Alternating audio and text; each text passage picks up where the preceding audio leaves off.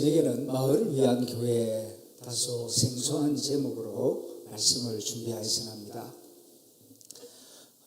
금년도 우리 교회 표어가 무엇인지 기억하십니까? 1월 달만 해도 생생하게 기억을 했는데 이제 벌써 한 5, 6개월 지나오면서 금년도 교회 표어를 잊어버린 분이 꽤나 있을 터인데 다시 한번 기억해 봅시다. 무엇입니까? 복음으로 교회를 새롭게 세상을 이롭게. 복음으로 교회를 새롭게 세상을 이롭게 하자.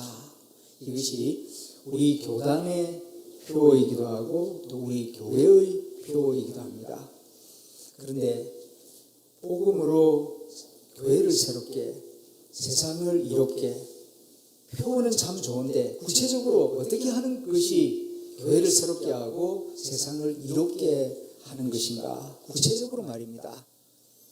그 구체적인 대안으로서 마을교회, 마을 목회를 우리 교단이 제시하였습니다. 이것은 사실 2017년, 그러니까 5년 전부터 우리 총회 차원에서 이 마을교회, 마을 목회에 대한 많은 논의를 하고 또 연구센터도 만들고 지금 총회에서는 20권의 책을 발행했습니다. 사실 이 총회에서 마을 교회, 마을 목회를 만들기 전에 제가 학교에 있을 때에 2009년도부터 2013년도에 그 선교학과 교수들을 중심으로 해서 지금 세계 선교 환경이 달라지고 있기 때문에 해외 나가서 선교하는 뿐만 아니라 지역 사회를 사랑하고 마을이 있는 그 지역 교회가 마을을 선교지로 생각을 해야 합니다. 아프리카만 선교지가 아니라 우리 교회가 있는 이 지산동 법물동이 선교지라고 생각하고 교회는 이제 선교적 공동체가 되어야 합니다. 이제 성경에 근거해서 또 여러 신학 이론들을 이제 근거해서 그런 수업을 진행하고 학생들에게 가르친 결과 이것이 좀 확산이 되면서 총회 지도자들이 그걸 받아들여서 지금은 총회 방향으로 채택을 했습니다. 그리고 지금 우리 교회에서는, 우리 노회에서는 제가 이 분야에 많은 지식을 가지고 있기 때문에 우리 대구 동남로에 15분 목사님들을 목요일마다 모시고 먼저 우리 노회 안에서 이 마을 교회 운동이 일어나기를 바라는 마음에서 목회자들과 세미나를 하고 나눔을 하고 있는데, 목회자들만 할 것이 아니라 우리 교회 성도들에게도 좀 이런 말씀을 나누어서 함께 공동의 비전을 가지고 이제 코로나 이후에 교회 상황은 더욱 어려워질 것입니다. 여러 가지 사회적인 변화와 여건으로 인하여서 교회는 점점 더 어려워질 수밖에 없는 상황으로 지금 가고 있습니다.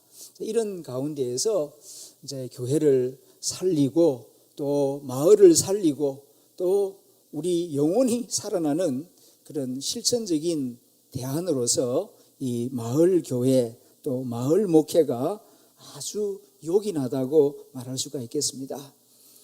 조금 서론이 길었습니다만은 오늘은 또 다음 순서가 있기 때문에 아주 짧게 그 마을 교회의 기초가 되는 성경 구절에 대해서만 말씀을 드리고 마치려고 합니다. 원래 모든 교회는 다 마을 교회였습니다. 특별히 1960년대 이전까지만 해도 우리 한국에 있는 교회는 서울에 있는 몇몇 교회를 제외하고는 다 마을 교회였습니다. 그 이름도 다 마을을 따서 지산교회, 지산제일교회, 두산동교회, 법물동교회, 교회 이름을 다 그렇게 지었어요. 그도 그럴 것이 대부분 한국 사회가 다 농촌 마을이었기 때문에 그런 마을에 생겨난 교회가 자연스럽게 그 지역 마을 주민들을 대상으로 해서 목회를 했고 또 그 교회는 그 마을의 교회로서 자리를 잡았습니다. 그런데 70년대, 80년대 우리나라 급격하게 산업화가 이루어집니다. 그리고 도시화가 이루어지면서 농촌에 사는 사람들이 이제 도시로 몰려오면서 도시가 갑자기 막 커집니다. 대구도 언제부터 이게 250만 도시가 되었습니까? 50년 전으로 돌아가 보면은 인구가 이 절반도 안 되었습니다. 그리고 우리가 아는 것처럼 우리 박영희 장로님이 제일 잘 아시죠? 1970년대만 하더라도 이 동네가 지금 모습하고는 전혀 다른 동네죠. 여기는 그냥 밭이 많은 그런 농촌이었습니다. 그런데 1990년 이제 5만 호 주택이 건설되면서 많은 아파트들이 세워지면서 그야말로 상전백해 뽕나무밭이 변해서 바다가 되는 것처럼 그렇게 이 지역 모습이 확 달라졌습니다. 여기 지산동만 그렇게 변한 것이 아니고 대한민국 곳곳에 많은 농촌 마을이 다 그렇게 변했습니다. 그러면서 마을 교회가 사라져 버렸어요. 도시 교회가 되는 겁니다. 그러니까 마을의 경계선도 없어져 버리고 그 교회가 마을을 위한 교회가 되어야 한다는 의식이 없어져 버렸습니다. 그러면서 이제 도시의 대형 교회, 옛날 60년대까지만 하더라도 1000명 넘어가는 교회가 대한민국에 몇 교회 안 됐습니다. 그런데 80년, 90년대 들어서면서 교회가 5,000명, 10,000명, 심지어는 뭐 10만 명 넘어가는 그런 어마어마하게 큰 메가 처치가 생겨나기 시작하죠. 그러면서 여러 가지 장점도 있고 단점도 있는 그런 이제 현상들이 나타났는데 지금 와서 이제 많은 사회학자들과 국가 지도자들 그리고 세상의 많은 그 지성인들이 지금 세상이 굉장히 부자가 되었습니다. 박정희 대통령 시대 이 청도를 중심으로 해서 새마을 운동이 일어나면서 슬로건이 뭐였습니까? 잘 살아보세, 잘 살아보세. 그래서 70년대, 80년대, 90년대 한 30년 동안 정말 경제적으로 잘 살아보기 위해서 열심히 일하고 제품을 만들어서 수출하고 또 자녀들 공부를 열심히 시켜서 그래 좋은 데 취직도 시키고 그렇게 해서 소득이 굉장히 높아졌습니다. 어마어마하게 높아졌죠. 50년 전에 비하면은 지금 우리가 적어도 달러로 계산해 보면은 뭐 몇십 배로 지금 잘 살고 있습니다. 그런데 그렇게 경제적으로는 부유해졌는데 여러분 듣지 않습니까? 우리나라에 지금 자살률이 제일 높아요. 행복지수가 OECD 국가에서 바닥입니다. 왜 이렇게 됐습니까? 정신적으로 지금 공허한 상태에서 살아갑니다.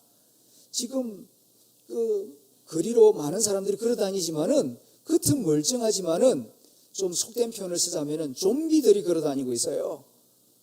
지금 정신 빠진 사람들이 대다수입니다. 내가 왜 사노? 내일에는 난 몰라요.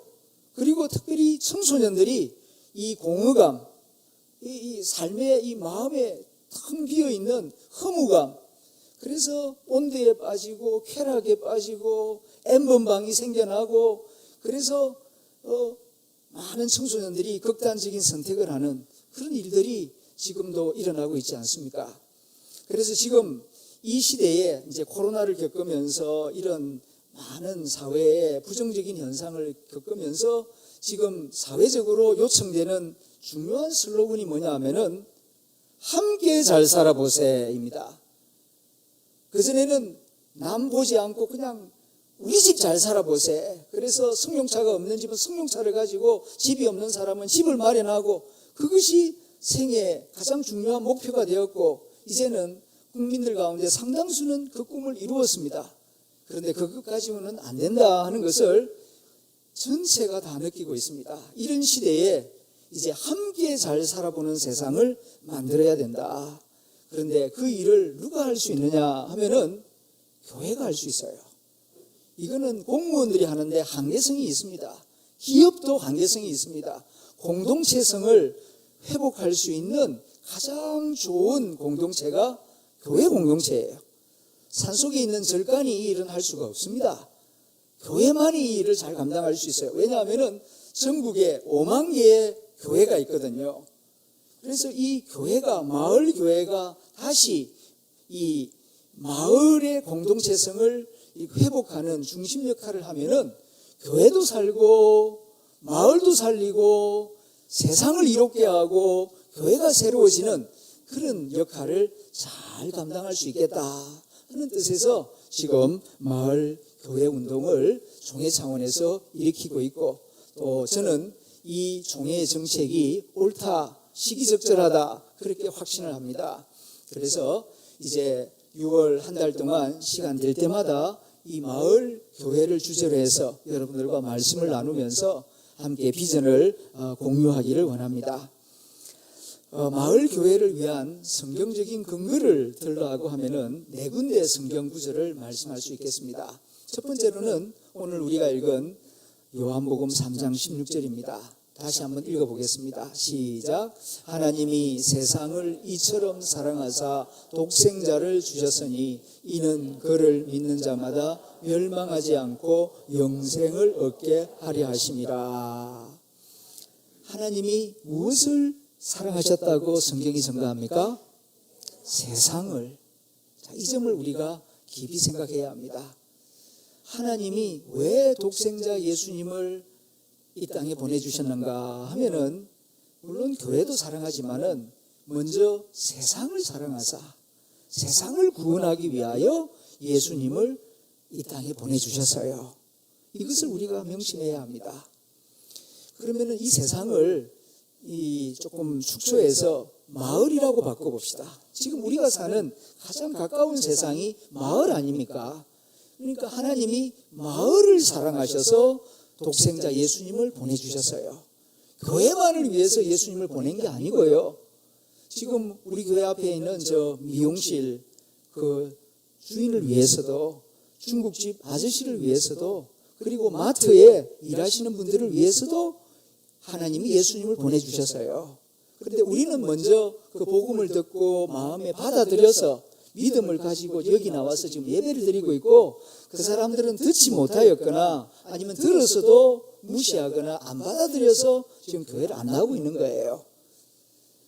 하나님 입장에서 보자면은 우리만 사랑하는 게 아니라 저 마트에서 일하시는 분, 중국집에서 일하시는 분, 세탁소에서 일하시는 분도 하나님이 사랑하고 계십니다. 그리고 할 수만 있으면은 그들도 예수님을 알게 되고 예수님 안에 나타난 하나님의 사랑을 알게 되고 하나님 백성으로서 은혜를 입고 함께 예배하는 백성이 되기를 소원하는 줄로 믿습니다.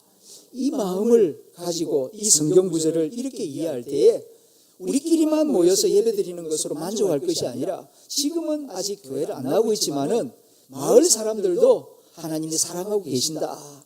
그리고 그 사람들에게 하나님의 사랑을 어떻게 하든지 전해야 되겠다. 이런 마음을 가지는 것이 마을 교회 성도들의 올바른 마음가짐입니다. 이제 구체적으로 하나님의 사랑을 어떻게 전할 것인가? 이제 그것은 우리가 기도하면서 지혜와 방법을 찾아야 되겠죠. 그게 쉬운 일은 아닙니다만은 하여튼 겸손하고 온유한 마음으로 또 지혜로운 방식으로 이 하나님의 사랑을 잘 전하는 우리 하늘 담은 교회가 될 수 있기를 소망합니다. 두 번째 성경 구절을 들라고 하면은 로마서 3장 29절입니다. 자, 한번 같이 읽어보겠습니다. 시작. 하나님은 다만 유대인의 하나님이시냐 또한 이방인의 하나님은 아니시냐 진실로 이방인의 하나님도 되시느니라. 아멘. 로마서에 있는 바울의 가르침이죠. 자, 하나님은 유대인만의 하나님이시냐? 옛날 유대인들은 그렇게 생각했습니다. 하나님은 우리 유대인들만의 하나님이시다. 이방인들의 하나님 아니다. 이방인들은 지옥의 불쏘시개로 사용하기 위하여 남겨두신 것뿐이다. 이렇게 유대인 우월주의, 유대인 배타주의, 유대인 선민주의 사상을 가졌습니다. 그런데 그 생각은 옳은 생각이 아니에요. 그건 유대인들의 착각이에요. 하나님은 유대인만의 하나님이 아니라 이방인들도 사랑하시는 하나님이십니다. 그래서 바울이 예수님이 십자가에 달려 죽으신 것은 우리 유대인들만을 위해서 십자가에 죽으신 것이냐, 이방인들을 위해서도 피 흘려 죽으신 것이 아니냐.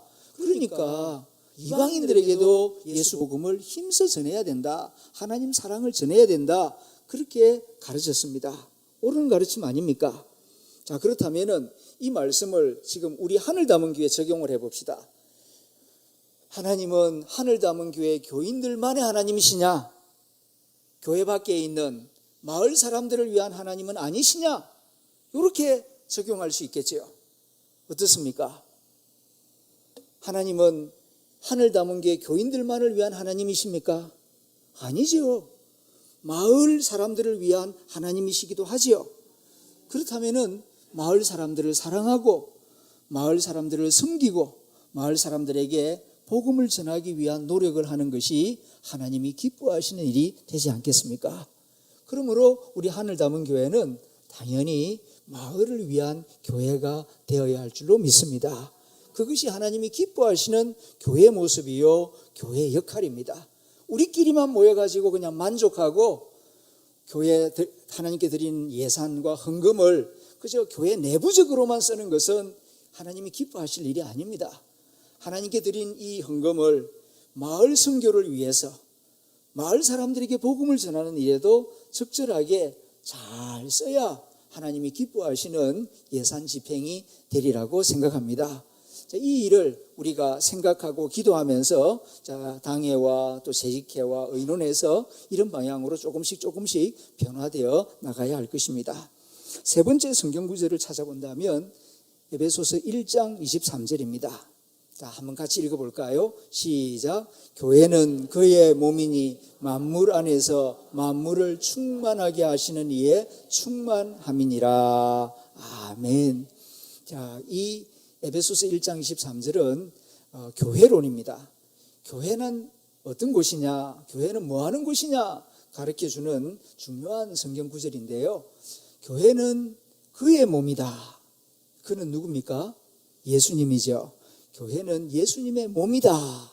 그렇게 말씀해 줍니다. 이 교회가 그리스도의 몸이라고 할 때는 여러 가지 의미가 포함되어 있습니다. 이제 고린도전서 12장 같은 경우에는 이제 다양성 속의 일치를 말할 때 몸의 비유를 씁니다. 몸에 다양한 지체들이 있지 않느냐. 그러니까 교회 안에 여러 직분자들이 직분은 다르지만 서로 협력하고 연합해서 그리스도의 몸을 세워야 한다는 뜻에서 몸의 비유를 쓰고 있고, 지금 여기 에베소서 1장 23절에서 교회는 그리스도의 몸이다라고 말할 때 이때의 몸의 의미는 성교 공동체라는 뜻이에요. 그의 몸 그랬거든요. 그런데 그리스도가 누구냐 하면은 우리의 구원자인 동시에 선교사이십니다. 예수님은 선교사세요. 하나님이 보내신 선교사입니다. 예수님이 여러 번 그런 말씀을 하셨습니다. 아버지가 나를 보내셨다. 아버지가 나를 파송하셨다. 나 예수는 파송받은 선교사다. 그런 말씀을 요한복음에서 무려 44번이나 하고 있습니다. 그러니까 교회가 그리스도의 몸이라는 말은 교회는 예수님처럼 선교 공동체다. 그런 뜻입니다. 그러니까 교회는 우리 자신만을 위해서 있는 것이 아니라 예수님이 자기 자신만을 위하여 살지 않았지 않습니까? 이 땅에 오셔서 하나님 아버지의 사랑을 전하기 위하여서 한 군데만 가만히 앉아 있는 게 아니라 마을 두루두루 다니면서 약한 자들을 고치시고 귀신을 쫓아내시고 그리고 하나님 나라의 복음을 전하셨어요. 그것처럼 교회도 한 군데만 가만히 있을 것이 아니라 두루두루 마을을 다녀야 된다는 것입니다. 예수님처럼. 그래서 이 마을 교회론을 배우면서 제가 깨달은 바는 교인 신방만 할 것이 아니라 마을 신방을 해야 한다 하는 사실을 깨닫습니다. 교인들만 신방하는 게 아니라 우리 교회 가까이 있는 가게나 그리고 약한 사람들이 있는 그런 모임 속에 교회는 안 다니지만 하늘 담은 교회 목사입니다 하고 인사드리고, 그리고 또 교회에서 조금 예산을 세워서 필요한 것들로 위로하기도 하고, 그리고 동사무소도 찾아가고 공공기관을 찾아가서 수고하는 이 마을을 위하여 수고하는 공직자들을 위로하기도 하고, 주님의 이름으로 교회의 이름으로 그렇게 예수님이 선교사로서 마을을 두루 다니신 것처럼 그렇게 하는 것이 이제 마을 목회자의 역할이 아니겠는가. 그리고 교회 장학금을 줄 때에도 우리 교회 나오는 청소년들에게만 장학금을 주는 게 아니라 절반은 우리 교회 자녀들에게, 절반은 마을 자녀들에게, 교회는 안 다니지만은 성도들이 낸 헌금 중에 절반은 그렇게 해서 교회에 오게 해서, 그리고 그 자녀들에게도, 어려운 마을 자녀들에게도 그렇게 장학금을 지불하고, 그렇게 하는 것이 이게 마을 목회의 모습이 되겠다. 예를 들면 예를 드는 겁니다. 그렇게 꼭 한다는 게 아니라 이제 의논을 해서 해야 할 일이겠죠. 이렇게 교회가 그리스도의 선교 공동체로서 이제 그 사명을 자각하고 이 마을이 우리의 선교 현장이다. 이렇게 생각을 하고 이제 실천을 하는 것이 마을 교회의 모습이 되는 것입니다. 그래서 만물 안에서 만물을 충만케 한다. 이게 조금 추상적으로 들리는데 만물이란 말을 지역사회라고 바꿔봅시다. 그러면은 교회가 해야 할 일이 잘 보입니다. 지역사회 안에서 지역사회를 충만하게 하시는 이의 충만함이 되어야 한다. 그 충만함은 은혜와 진리로 사랑으로 충만케 하는 것이죠. 어디에서? 마을 속에서 이 일을 감당하는 교회가 되어야 한다. 그것이 마을교회의 모습이라는 것입니다. 마지막 네 번째로 성경 구절을 든다고 하면은 요한복음 20장 21절입니다. 요한복음 20장 21절 같이 읽어봅시다. 시작. 예수께서 또 이르시되 너희에게 평강이 있을지어다. 아버지께서 나를 보내신 것 같이 나도 너희를 보내노라. 아멘. 예수님께서 말씀하셨습니다. 이건 부활하신 예수님이 하시는 말씀이에요. 너희에게 평강이 있을지어다. 너희는 제자들을 말하는 것이고 지금 우리 교회 공동체를 말하는 것입니다. 아버지께서 나 예수를 이 세상에 선교사로 보내신 것 같이 나 예수도 너희를 하늘담은교회 성도들을 이 지산동에 선교사로 보낸다. 그렇게 읽어야 할 말씀입니다. 그러니까 저도 그렇고 여러분들도 그렇고 우리 장로님, 권사님 다 한 분 한 분이 교회의 지체들 아닙니까? 그리고 이 건물이 교회가 아니에요. 교회의 본질은 성도가 교회입니다. 그래서 저와 여러분들이 이제 이 마을 속에 보냄을 받은 선교사 역할을 감당해야 한다. 그런 뜻입니다. 그래서 우리가 이제 여러분들이 사는 아파트에서 또 여러분들이 사는 그 빌라에서 이제는 내가 선교사다. 내가 세상의 소금이요 세상의 빛이다. 그렇게 생각을 하고 그 마을 속에서 어떻게 하면은 빛된 삶을 살고 소금된 삶을 살 것인가. 기도하면서 주님의 인도함을 받아야 할 것입니다. 그럴 때에 우리 교회가 마을 교회의 모습을 갖추게 되고 선교적 공동체가 되고 또 하나님이 기뻐하시는 그런 아름다운 교회가 될 줄로 믿습니다. 그래서 교회 안에서만 열심히 봉사하는 게 아니라 우리는 이제 교회 직분을 받고 봉사라는 말을 많이 쓰는데 봉사하면은 지금까지 이제 주로 교회 내부 봉사만 봉사하고 마을은 이 세상이니까 이거는 세속적인 도시다. 거기서는 뭐 가능한 빨리 떠나는 게 좋다. 이런 생각을 하는데 아니에요. 하나님이 세상을 이처럼 사랑하셨어요. 그래서 내가 일하는 직장이 이 선교지다. 내가 있는 아파트, 내가 사는 빌라가 선교지다. 그리고 이 속에서 내가 선교사 역할을 감당해야 된다. 그래서 교회 내부 봉사도 귀한 일이지만은 마을을 위한 봉사도 이제 선교사 의식을 가지고 기회가 주어지면은 잘 감당하는 적극적인 하늘담은교회 성도들이 될 수 있기를 소망합니다. 그래서 반장도 되시고 통장도 되시고 기회가 되시면은 이장할 수 있으면 이장도 하시고 그리고 주민자치위원회 위원장도 하시고 그래서 우리 하늘담은교회 이 성도들이 교회 안에 모여서 열심히 예배하고 기도하고 또 마을의 삶 속에서는 리더십을 발휘하는 그래서 마을의 삶 속에서 기독교 정신을 가지고 빛과 소금의 역할을 잘 감당하는 그런 능동적인 성도들이 많이 생겨나기를 소망합니다. 그래서 이 설교를 준비하면서 지산 일동 동장님을 만났습니다. 새로 오셨더라고요. 여성 동장님, 정계순 동장님이 오셨는데 저희들이 마을과 좀 이렇게 소통하고 함께하고 싶습니다. 그러니까 참 기뻐하시더라고요. 그러면서 우리 지산 일동에 희망나눔위원회가 있습니다. 그 마을 유지들이 한 10여 명 모여가지고 한 달에 한 번씩 마을에 어려운 사람들이 누가 있나 살피고 이렇게 물질을 거두어 가지고 그 어려운 사람들 돕는 그런 위원회라고 합니다. 그래서 하늘담은교회도 한번 오시면 좋겠습니다. 좋습니다. 그래서 우리 교회 선교 담당이 안재현 목사님이거든요. 그래서 제가 매달 가기가 어려우니까 그래서 한 달에 한 번씩 그 회의에 참석하시고 제게 알려주시면은 또 우리 교회가 도울 일이 있고 함께할 일이 있으면은 장로님들하고 의논해서 또 마을 일에 늘 우리 교회 일만 의논했는데 그런 마을 의제에도 좀 공유를 해서 우리 가까이 있는 하늘 담은 교회가 마을과 함께하는 그런 일을 이제 시작해 보려고 합니다. 이건 이제 시작에 불과합니다. 그래서 조금씩 세월이 가면서 1년 가고 5년 가고 10년이 가면은 마을 주민들이 교회를 다니든 안 다니든 저 하늘 담은 교회는 이 마을에 꼭 필요한 기관입니다. 이서나 마나한 그런 공동체가 아니고 신의들끼리만 모이는 기독교 공동체가 아니라 우리 마을이 정말 아름다운 마을이 되기 위해서 좋은 마을이 되는데 저 하늘 담은 교회는 아주 요긴한 공동체입니다. 그런 평가를 들을 수 있는 칭찬 듣는 교회가 되기를 소망합니다.